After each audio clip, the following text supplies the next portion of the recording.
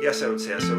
It's a very complicated question. It depends what you mean by art. Not all art has to be a still picture, like a painting or a drawing. I would consider film and music and everything along those lines to be art, where you just make something out of nothing, really. I think anything where a man or a woman can express themselves and put their feelings and their thoughts out so that other people can see them is definitely an art form. So there are obviously various levels of art form. In the same way as in novels, TV, or in painting, there are various degrees of success in film and how much of a work of art that is produced. But definitely it can be an art form. At its best, it is an art form. The director. Film is without a doubt a director's medium. The creativity comes from the director. The director is like the conductor who is playing the orchestra. Most films would be storyboarded by the director and his team before a cameraman ever gets near it, so it's the cameraman's job really to follow instructions. But I do believe that the camera work and the camera that's maybe being used, the style of camera or the shot, can definitely enhance or take away from a movie or filmmaking. Certainly a cameraman can suggest things that may not have been thought of on set. I'm talking from a way of experience here, where sometimes when I make films it's not entirely clear what I'm going to do, so you suddenly find a new angle that you didn't think of before, so you go with it, but in the case of professional films, I imagine it is storyboarded rigorously before anybody goes on set, and the cameraman has to set his camera up specifically according to the instructions he's given, so he's really just there to do a job. So the director's really the key person in all this. I think when you look at someone like Quentin Tarantino, who would use a lot of, who has used a lot of like strange camera angles and shots, and I think it definitely enhances his art form. Stanley Kubrick quote, which is, one man writes a novel, one man writes a symphony, one man paints a painting, one man makes a film. And that really, and I do think that is the case. Auteur theory would say that the director is the author of the piece, and I do think that is the case. The best examples are films that have the director's fingerprints all over it. It's that director's worldview, and it can be seen not just in one film, but it can be seen from film to film to film from that director. There will be a consistent and very specific worldview that whenever you look at their work on the whole, you can see a consistent philosophical perspective. Yeah. There is absolutely no doubt whatsoever that films have become repetitive. Yeah, I think we do see quite a bit of that. It is very repetitive, more so now than ever before, but that's purely because there's more movies made now than ever before. You didn't get as many movies made, say, in the 1980s, but they were still repetitive in the 1980s too, and it's just hard to be very, very original when so many people are doing it.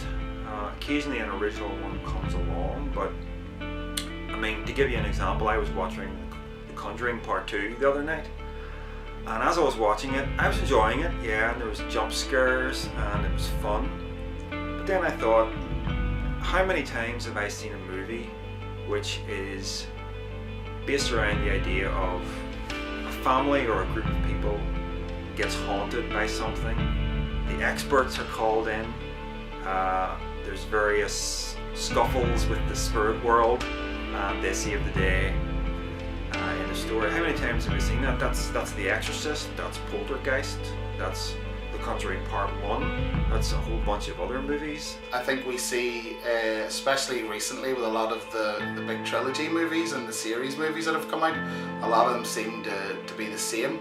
So formula sells. Film companies have found a method of being financially very successful, and they are operating as money-making companies. They are not there solely to produce entertainment. to produce entertaining films which will make a profit. And what has happened is some studios have very successfully made very big profits taking a certain approach. That approach tends to be what has become very formulaic filmmaking. It can be seen very clearly over the last 10 years in the Marvel sequels. It has been very, very successful, and as a result it is continuing, it's persisting. And why wouldn't they?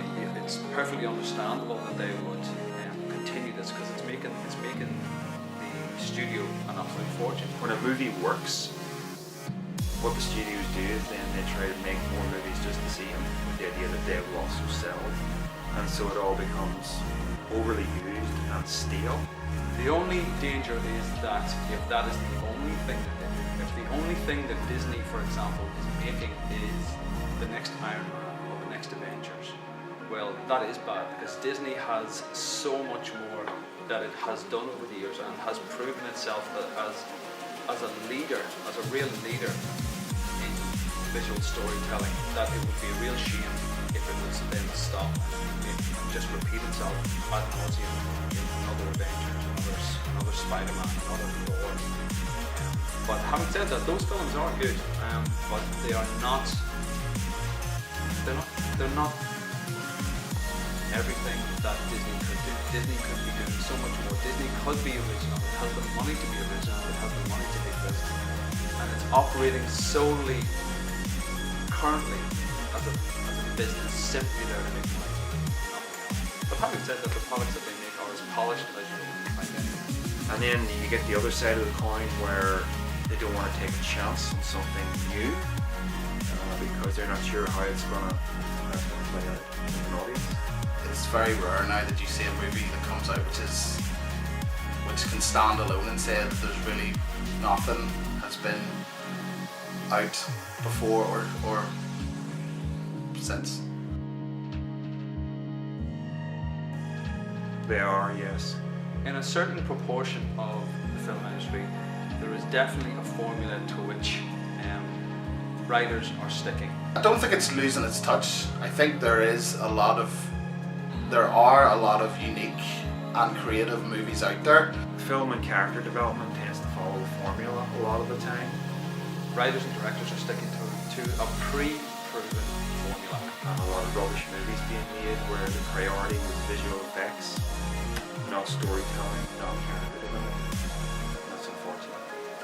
I think there's some very good movies in the cinemas that maybe not a lot of people go and see, and maybe it's because of how the audience now views movies, how even editing can change movies, how they're advertised by the cinemas. But I think there is a lot of good movies out there if you look past the big blockbusters. Maybe there still exists in the film industry a very significant portion of smaller films which are taking risks, and because they are less expensive, they can afford to take risks. As the studio will make a much smaller loss if they're not profitable.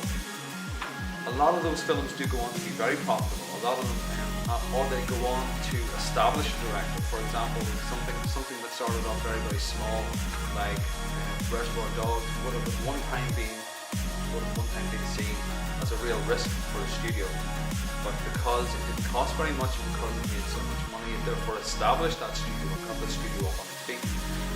But I think that has always been the case. It's always been the case that there has been the two streams of cinema running side by side. You have the very, very safe commercial stuff, which will keep the studios in business. I think when you look at a lot of the, like for example, the Independence Day, the reboot, the sequel that came out this year, I'm a great fan of the original, and I've seen the unedited original as well with the extra scenes in it. And the second one that was out this year, for all its advertising, it was supposed to be the big movie, one of the big movies of the summer, and it was a real letdown.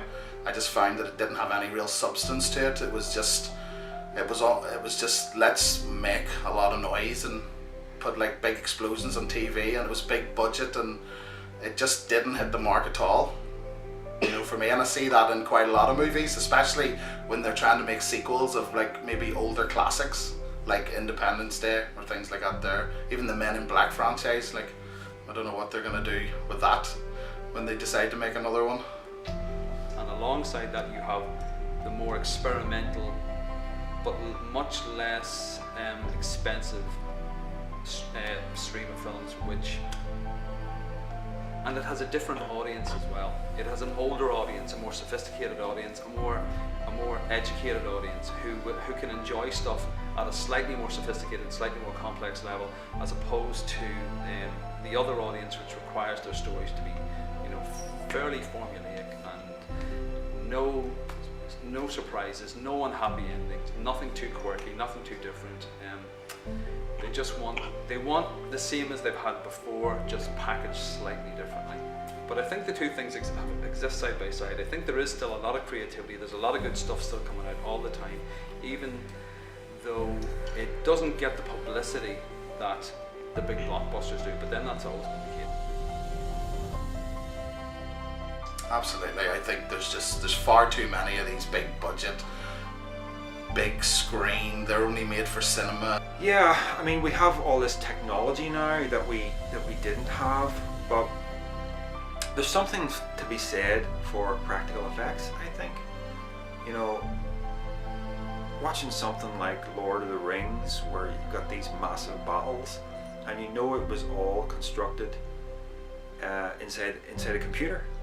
The visuals are also the easier thing to do now. It used to be that for to create amazing visuals, you had to be really ingenious. Now the whole thing is done by a 3D computer graphics company. And that's just not the same somehow as practical effects that were done with actual actors, not in front of a green screen, you know. Actually, a better example is the new Star Wars movie, the Force Awakens. That was much more enjoyable in comparison to the 3 prequel movies, precisely because I think maybe 100% of the time the actor was in front of an actual place that had been constructed, whereas it was totally the opposite with the Phantom Menace and whatnot. It was just green screen all the way, and I don't think it's as effective.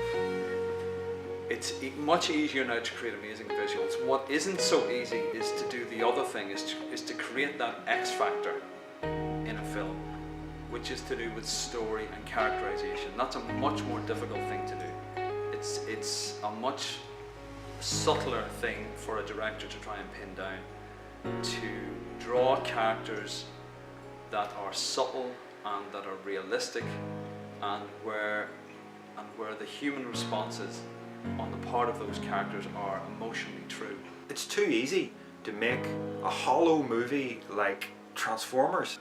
I don't know how anyone could watch maybe the new Transformers movie at home. You know, how anyone could watch that Independence movie at home, because it just wouldn't, it doesn't adapt to the smaller screen.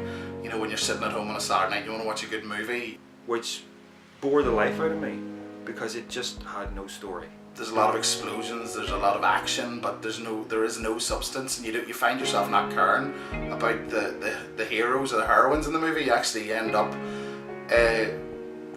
sometimes you want the bad guys to win, which in all that is good and evil and in filmmaking, it should be that you root for the hero and you want the hero to win. The visual effects guys were totally on their best form, absolutely spectacular visuals, but they didn't have the right people putting the story together. It was basically something about some kind of box flies through space, lands in the earth, and the Autobots and the Decepticons have to get the box. That was the story of Transformers or something like that. It was just a load of rubbish. How do people not notice, hey, this is rubbish, when they're sitting around the table discussing ideas for a script before anyone's made anything? You know, why does somebody not get up and say, this is a load of crap? You know, get some better writers in. So, whether a film is old or new, the quality is really determined by the writing more than anything in a movie before anything gets made. People like Michael Bay director who makes a lot of these. There's a handful of directors who do it very, very well, and other directors who do it moderately well, and some directors who don't do it that well at all. I think when you look at something like Lord of the Rings, they put so much time into the character development and the backstories that it needed to be a trilogy. I think a lot of the movies they make now, they try to condense so much information into small 90 to 110 minute films, and you just lose so much. You lose so much. One of my favourite films is Kingdom of Heaven, which was edited, scandalously edited, and when they released it, it's a great movie and that's why I liked it. But when I watched the director's cut, there was something like 40 extra minutes, 40 minutes, which there was characters who were completely taken out of it that were so important to the story, and it made, when I watched the director's cut, it not only did I think it was a better movie, and made me like it even more. It blew me away just how much better the film became. But I think that's down to, there's a lot of the big studios and the directors who maybe pander to maybe an American audience who won't sit for more than 90 to 110 minutes. When sometimes you do have to stretch a movie out because there's so much information, you just can't condense it, and therefore you lose so much in the movie making process and the storytelling. I think it depends on the director. I think when you're someone like Peter Jackson, who's obviously behind Lord of the Rings and behind The Hobbit and things like that there, he does spend a lot of time and he goes into the character development. I do think there are directors out there who maybe work for the company, who maybe work for the studios, and I don't know whether it's their remit or maybe that's just the way they like to make movies. But I do think, you lose so much in character development. I think it's so important, especially when you're talking about big budget movies. When you're talking maybe a low budget movie, you tend to find that the directors are a lot more thoughtful, and they'll tell you about the character in a very subtle way, and you'll actually get to know them without even realising it. But when you're looking at a big budget movie or a semi big budget movie, like a big maybe franchise movie, things like X-Men and stuff, I think the good thing about X-Men and the Marvel character universe is that they went and made standalone movies to develop their characters, because I think they understand how important it is to have character development, and especially with the superhero genre in general. I think what you lose, some of the earlier superhero movies, I think of things like the Green Lantern, they didn't really go into character development, therefore for such a great character, especially in comic book folklore, you lost huge amounts of the story, and even people, it ended up being a bit of a flop. There does seem to be a formula now that writers are clinging to in the hope of designing, intellectually designing characters that they hope resonate with an audience, rather than it being a case of the character being an original and inherently interesting character. For example, like a Travis Bickle in Taxi Driver, or like the characters from a film like Sideways, or something where we're getting to watch characters that aren't necessarily the stereotypical, prototype of a hero character. Characters that are just a little bit more original, a little bit more quirky, maybe a little bit darker, maybe a little bit more kind of marginalized, but at the same time are interesting. Whereas you look at things like Wolverine and how they've really told the story about Logan now, I think no matter how far you're into the X-Men series, you know about Wolverine. But having said that, there are a lot of films that come out with very interesting characters, very quirky, different characters, but we just don't get to see them because they don't get the publicity that the blockbusters do. Unless you develop these characters, you'll fail and they'll flop, and that's what's happened unfortunately in the early days. I think they're starting to learn a lot more now. It's better now than it used to be. I know I've already mentioned the like of Independence Day, we knew the backstory of some of the characters, but because it was such a weak movie, you kind of didn't really care about them, even though you cared about them in the first movie. So I think it's a better industry now than it used to be in that regard.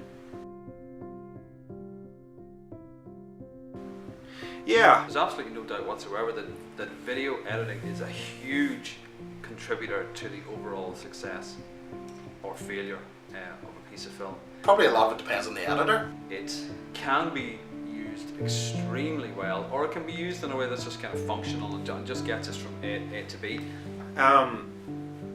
Editing is almost my own favourite part of the process. It's the least stressful part because you've got everything in the can, and now you just want to sit down at your computer and pull it all together. So editing is like, I'm like a kid with Lego blocks, putting it all together. It's a really fun experience, but I've talked to people who hate it. Some people just don't understand the enthusiasm for it, but I love it. And when I'm filming a movie, I already have a clear idea in my head of what's going to happen when I edit, but occasionally there are little surprises. So there's a little bit of art, I guess, in the editing as well. But you kind of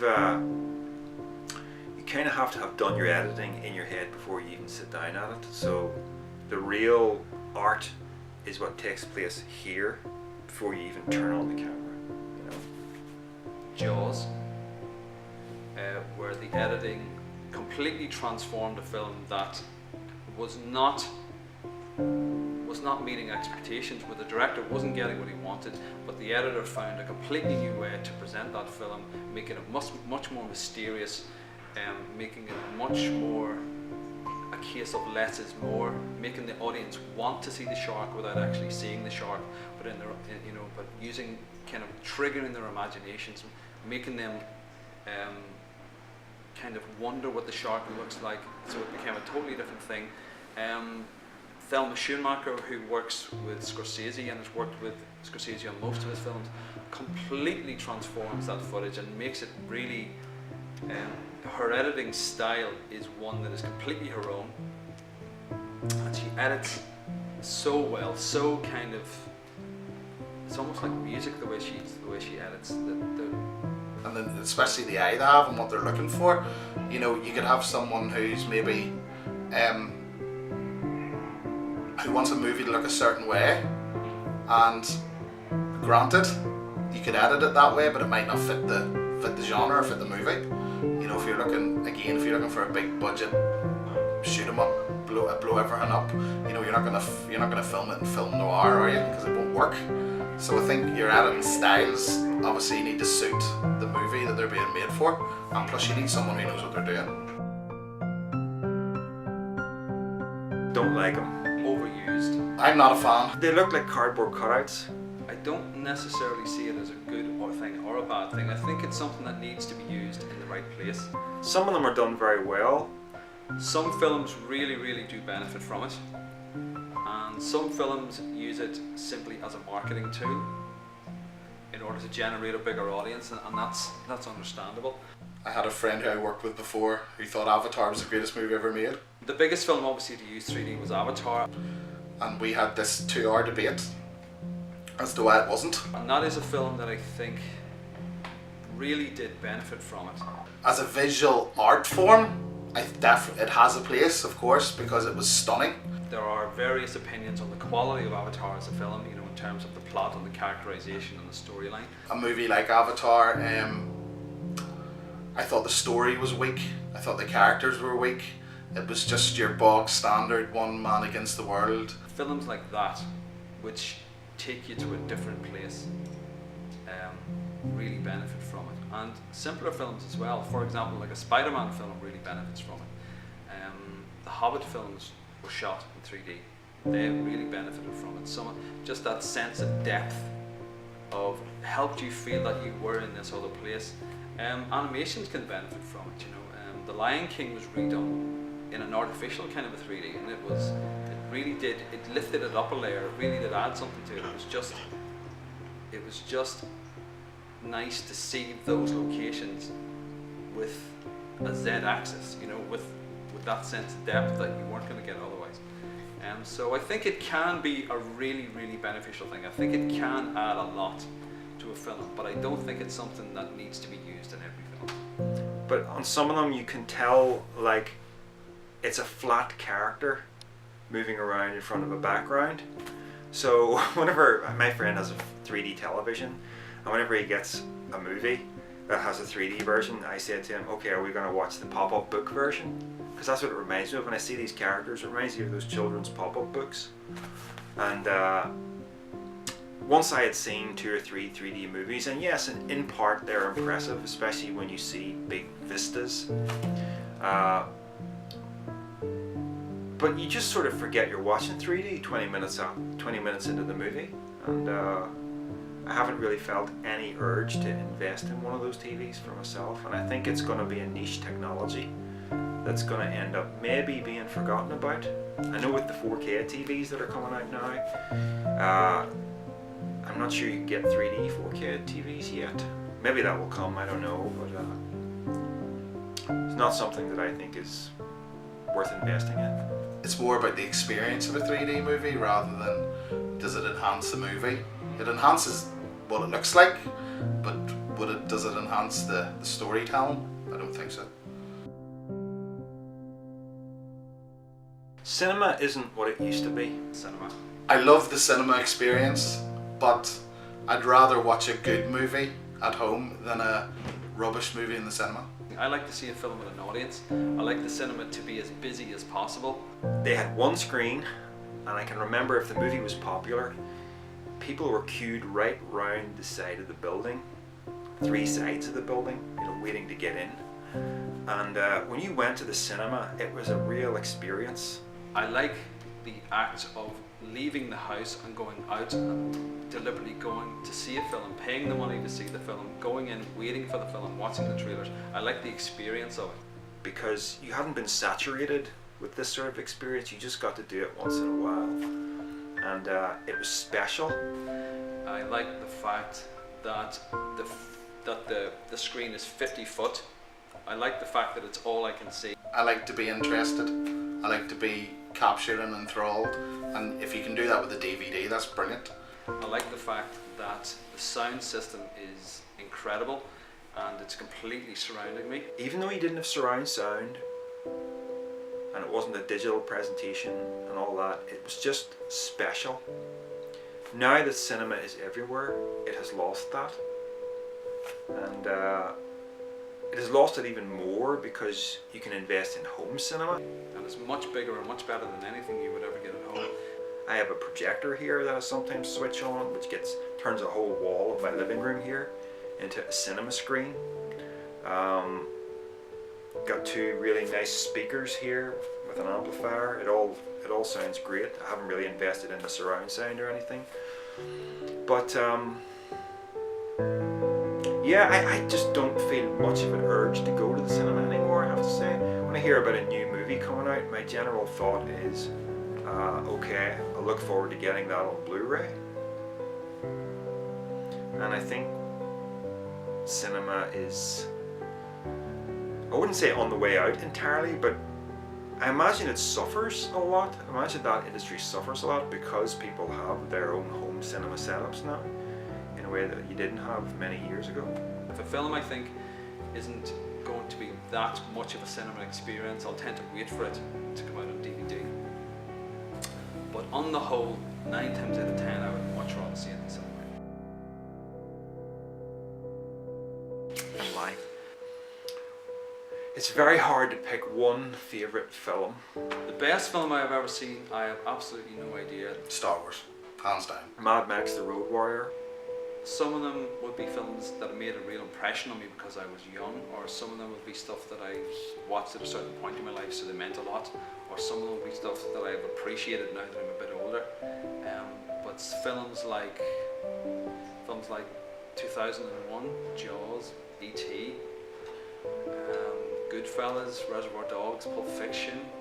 When I grew up, when I was a kid going into teenage years, I had this trilogy, very much like kids today. I've had Harry Potter, I had Star Wars, and growing up with it was amazing. And about how that just influenced other parts of my life, even the toys I liked, the other movies I liked because of the characters, followed by Indiana Jones with Harrison Ford, who obviously was Han Solo.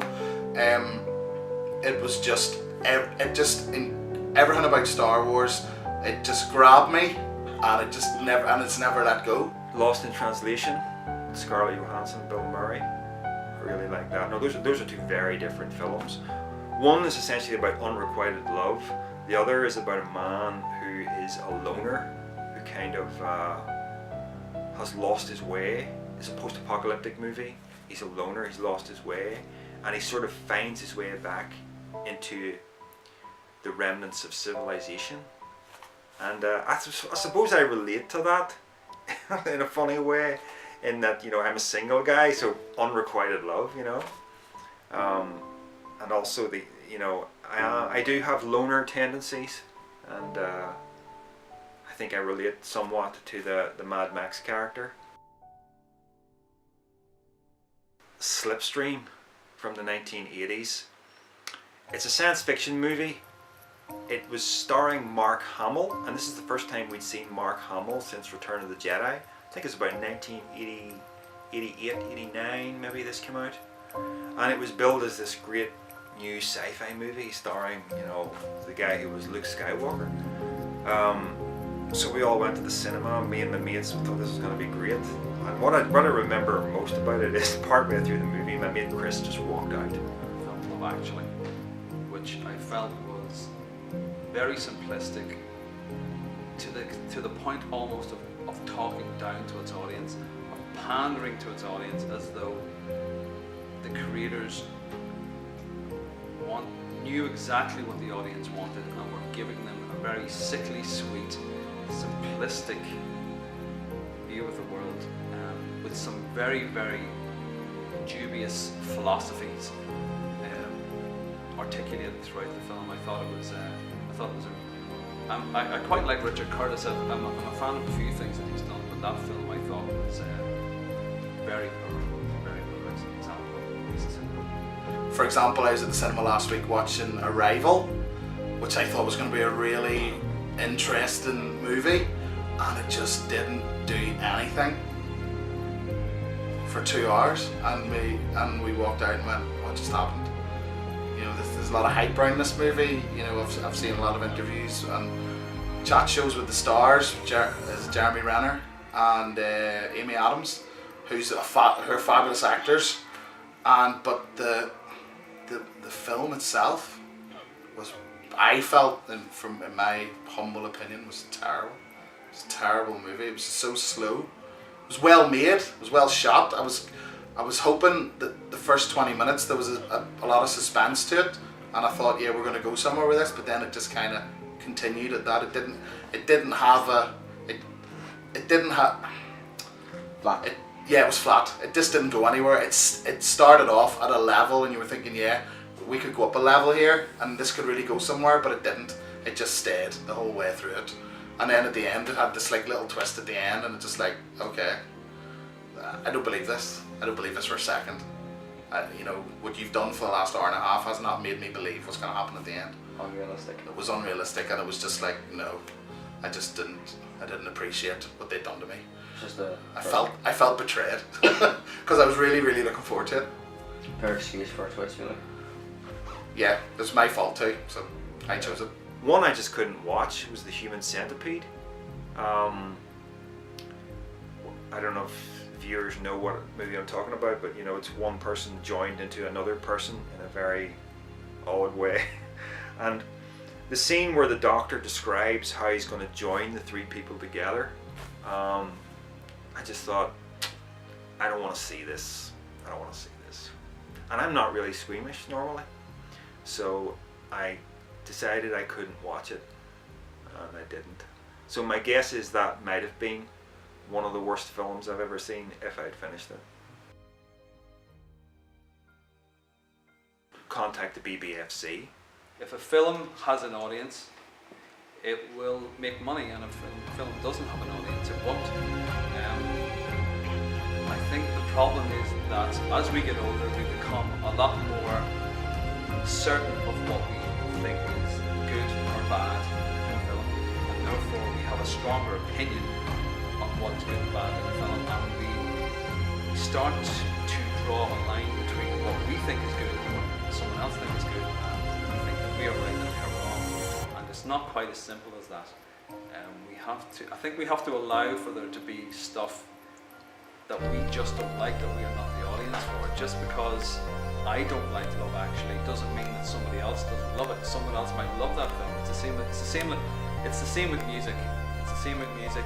Some people will love a song, it'll be the best thing that they've ever heard, they'll listen to it 1,000 times, and I might think that it is completely tuneless and worthless, and they might think that something that I absolutely love is just as bad. I would like to see movies that don't think they can survive entirely on visual effects, because there are movies that are just like that. I would like to see more films that have characters that are completely unlike me. Hollow stories that are designed just as pure eye candy, totally forgettable, and yet they work for the younger generation because kids are easy to please. Like Travis Bickle in Taxi Driver. It's a very rare example of a story where you got to see a human trait but magnified enormously, and not only magnified enormously but done really, really well. It was very well realized, it was very well written, very well directed, very well acted, to the extent that it became the perfect example of the marginalized, deeply unhappy, deeply dissatisfied member of society, and how they would then start to see the world and what they might decide that needed to be done. Films like that are extremely rare.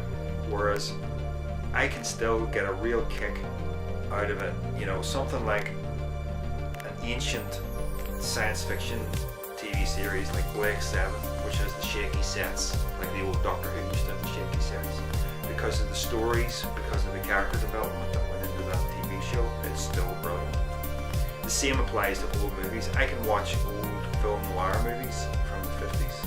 I can watch old sci-fi movies like Forbidden Planet. You know, despite the lack of visual effects, they're still really good movies because they've got good stories. You know? So, just more of that, less visual effects.